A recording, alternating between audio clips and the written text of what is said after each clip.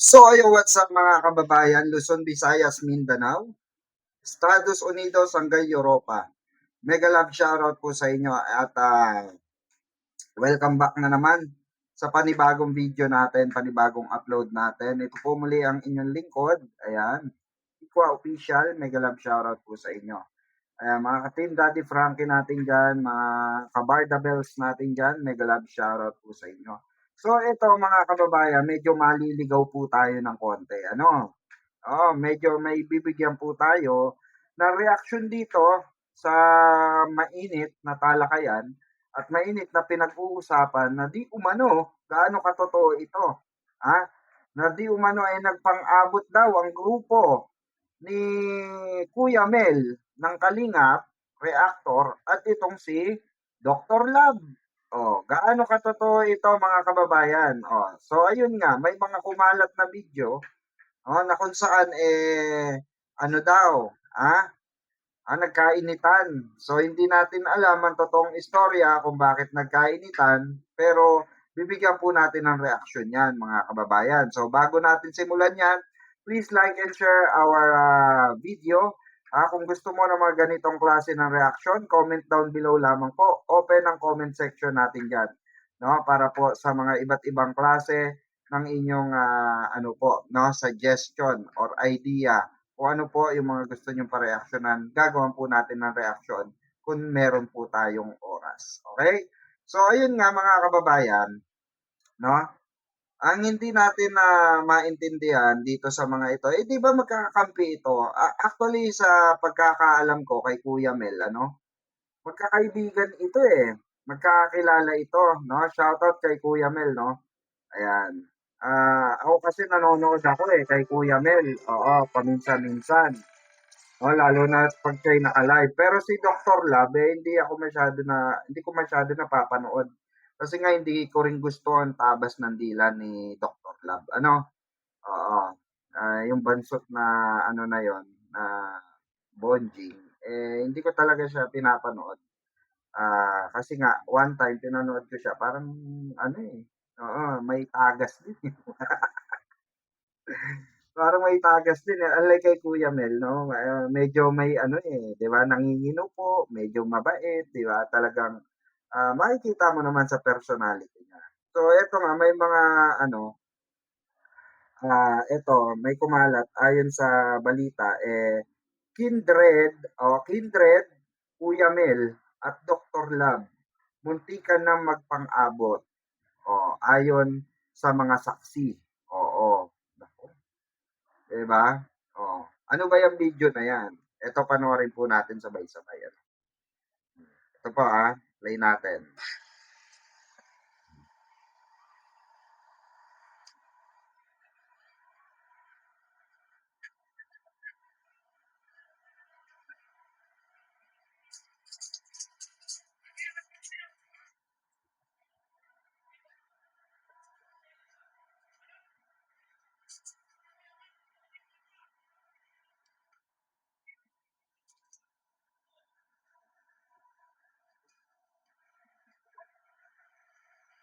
Yung Kindred ata yun yung naka-item ano. Ito kasi yung bansot si Dr. Love 'to, eh. Oh,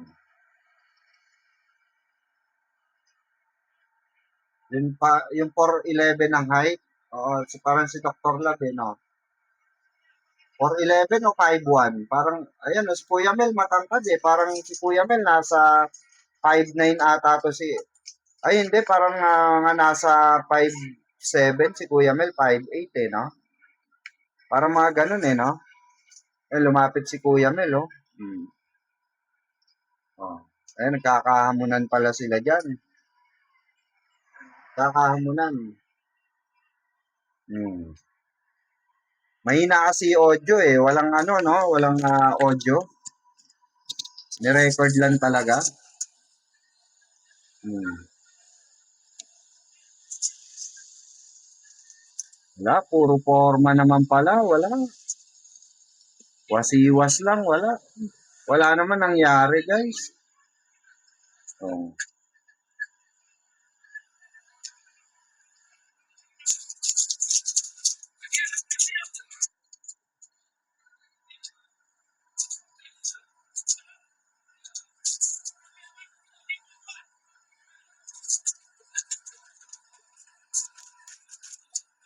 Wala, no?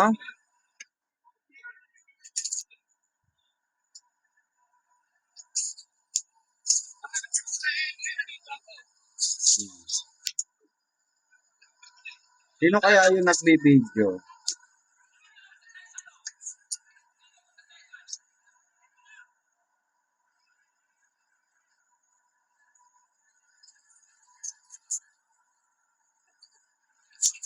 Mainit si Dr. Lab, ah.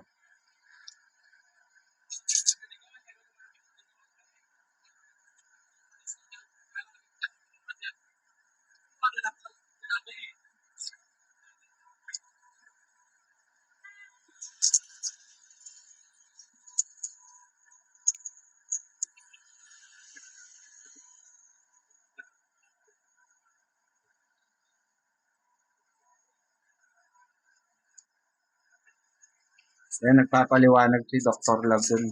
Sino kaya yung naka-block na yun?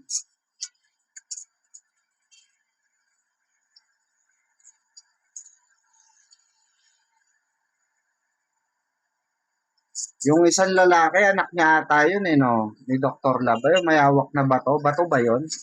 Bato yung hawak, no, mga kababayan? Hmm.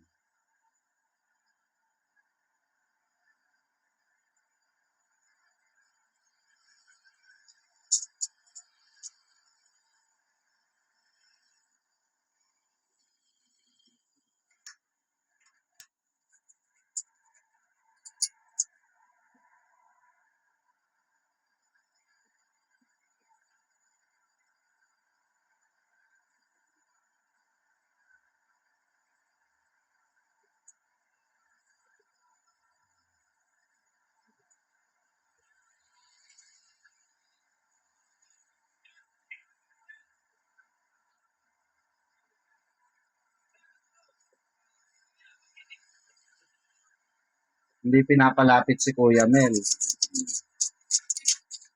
Hindi pinapalapit si Kuya Mel. Oh.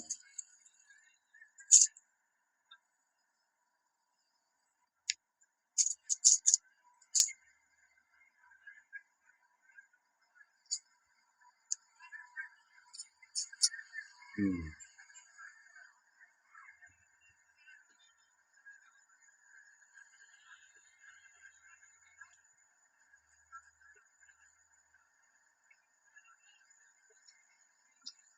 Wala, lumalayo si Dr. Lab eh. Nilalayo eh. No?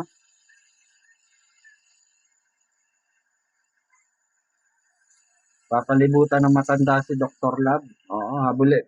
Habulin talaga ng matanda si Dr. Lab, no, mga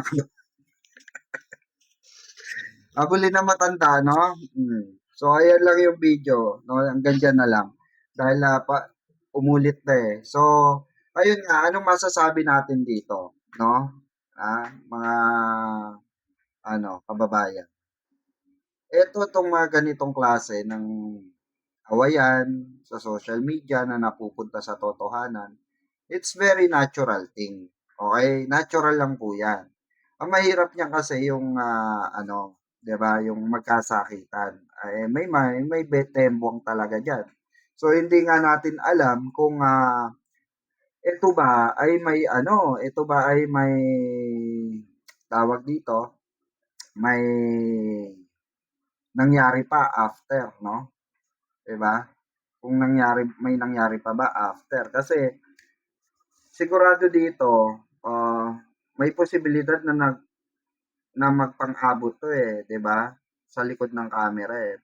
Siguro pagpatay nito hindi na nakunan, may tendency, 'di ba? Pero ako para sa akin wala, hindi naman mga gano'ng ambaan wala 'yun, hindi mangyayari 'yun. Kasi yung mga gano'ng ambaan halatang yung mga gano'n hindi tutuloy yung mga gano'n. Ang isa kasing taong may tira na tinatawag sa kalye, yung tao na talagang palaban, walang sinisino, talagang aaksyon agad yan. Kahit may umaawat pa, hindi papaawat yan. Wala si Dr. Love nagpapaawat, yung isa nagpapaawat. So, wala rin, di ba? Oh. Kaya ako naniniwala ako na wala pa, siguro parang ano lang din yan. May tendency gimmick, di ba? Oh. Eto, may ano pala, may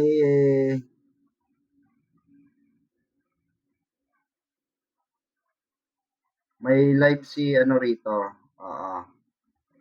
Ah, may live si Kuya Mel 5 hours ago. Panoorin nga natin 'to. Tingnan natin. Ah, oo. May live si Kuya Mel. Panoorin natin, ah. May 66 live viewers. Grabe, ang dami, ah. Forward na natin, ah.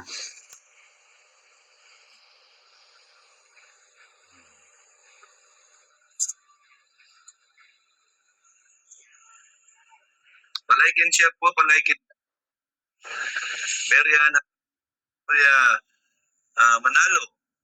Kung nandyan lang ako, tinubo ko na yan. Ordinaryong senaryo lang yan namin dito sa Pandakan.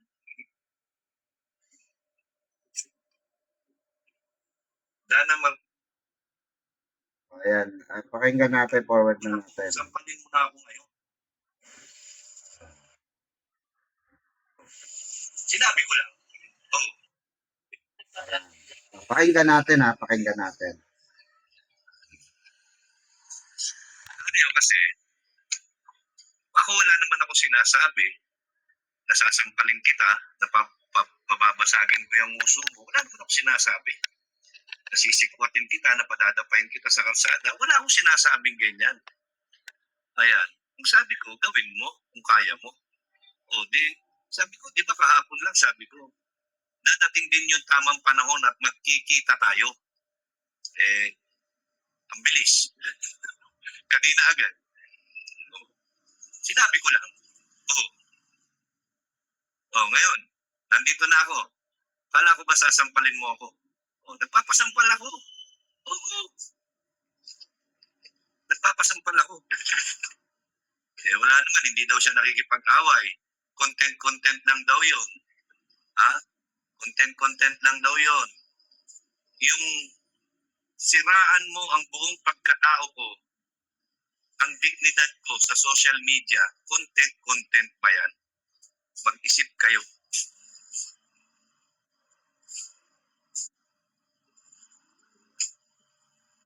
Ayan, naririnig natin si si Kuya Mel.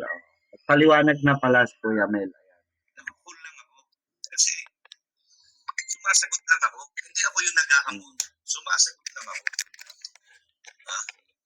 Pinaramdam ko lang na marunong ako sumagot. Hindi sa social media. Diba? Sumasagot din ako. Yun naman pala. So, tinotoo pala ni Kuya Mel yung hamon sa kanya ni ni Dr. Lab, no? Parang ang dating pala, nagkainitan sila through social media, di ba? So ngayon, dumating sa punto na nagkahamunan siguro, di ba? Ayan, according kay Kuya Mel, tinotoo niya talaga, di ba? Kahit sino naman siguro, di ba? Parehas lang silang nasa daet. Di ba? Parehas lang sila nasa daet. Ang alam ko si Dr. Lab iyakin. Yun ang pagkakalam ko, iyakin si Dr. Lab. Kumbaga, dati pa sa pagkakakilala ko sa kanya, maraming nagsasabi, iyakin daw talaga. Tapos sulutero pa ng sulutero pa daw ng beneficiaries, 'di ba? Saka wala rin daw sa ayos magsalita talaga yan si Dr. Lab. Yun yung mga naririnig natin. Nagpangabot pala, nagano pala sila ni no? Nito ni Kuya Mel. Pakinggan natin. Pakinggan pa natin. Hindi na pang lagping si Eric. Yes, yan. Content lang naman talaga. Yan. Kaya sabi ko nga, hindi ako nagko-content. Binalahura mo yung pagkatao ko. Content. Tama. Siniraan mo ako sa buong mundo. Content. Yun ang masama. Yun ang masaklap, no? Diba? Automatic na yun. Ha? Lahat babalik na rin yan. Tumakbo kami, atras kami. Ganyan lahat ang sasabihin niya. Ha?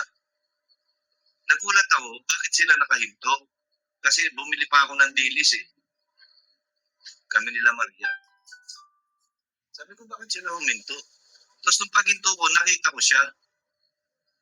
Nakita ko, hindi ako nakatiis. Ayaw na nga ako pababain ng mga kasama ko. Huwag ka nang bumaba, Kuya Mel, dito ka na lang. Hindi ako nakatiis, bumaba ako.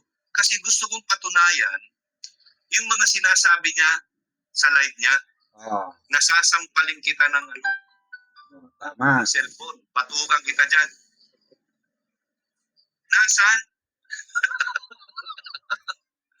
Yung pagbaba ko, hindi ako nakikipag-away. Kinakawayan pa akong ganyan, plastikan. Kinakawayan pa ako. Tapos paglapit ko, hindi ako nakikipag-away. Taas yung kamay niya.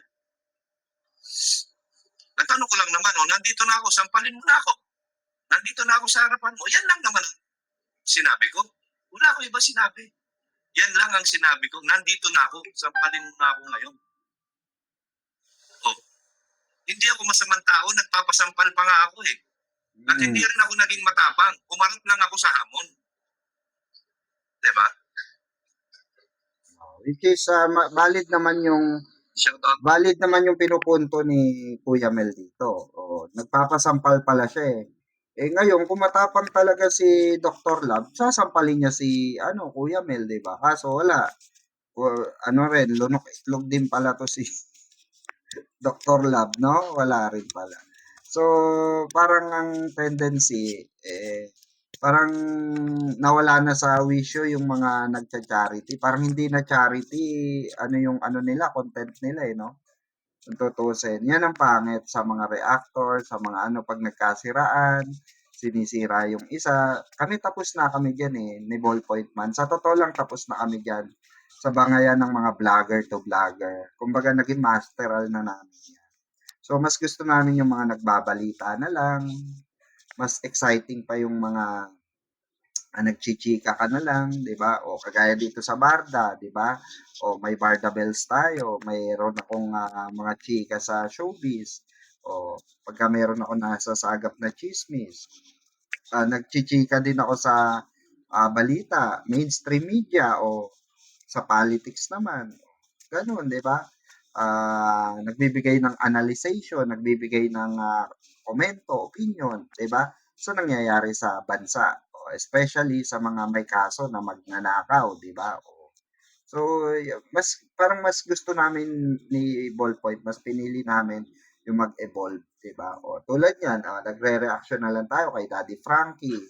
Sa mga magagandang ginagawa ni Daddy Frankie, yung mga ganun ba, 'di ba? Yung mga magagandang klaseng bagay na mas importanteng unahin, 'di ba? Yung makapagpasaya sa tao. Minsan 'di ba nabibisit naman tayo kay Ansing. Pero sana 'wag mangyari ito, no? Yung toxicity ganito wag mangyari sa mga Daddy Frankie reactor. Pero I don't think mangyayari ito. Kasi maayos naman yung ibang ah, content creator or reactors ng Team Daddy Frankie, 'di ba?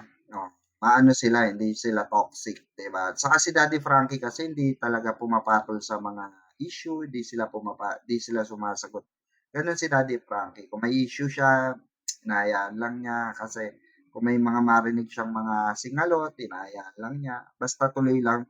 Ang goal lang niya tuloy lang sa pagtulong, 'di ba? Pero ito nga nangyari kay Kuya Mel at kay Kuya Mel at kay pangalan nito Dr. Lab malalim ito. So nagkakahamunan na pala, 'di ba? Kasi nung panahon na naandiyan kami, Ballpoint Man, yung mga wala rin naman pumapatol sa amin kasi parang na rin wala rin manalo sa pagdating sa reaction, pagdating sa debate. Naging kaibigan ko yan si Kuya Mel. Mabait yan si Kuya Mel, maayos makisama, kumbaga cool, ganun. Mahinahon siya, ganyan siya magsalita, mahinahon magsalita.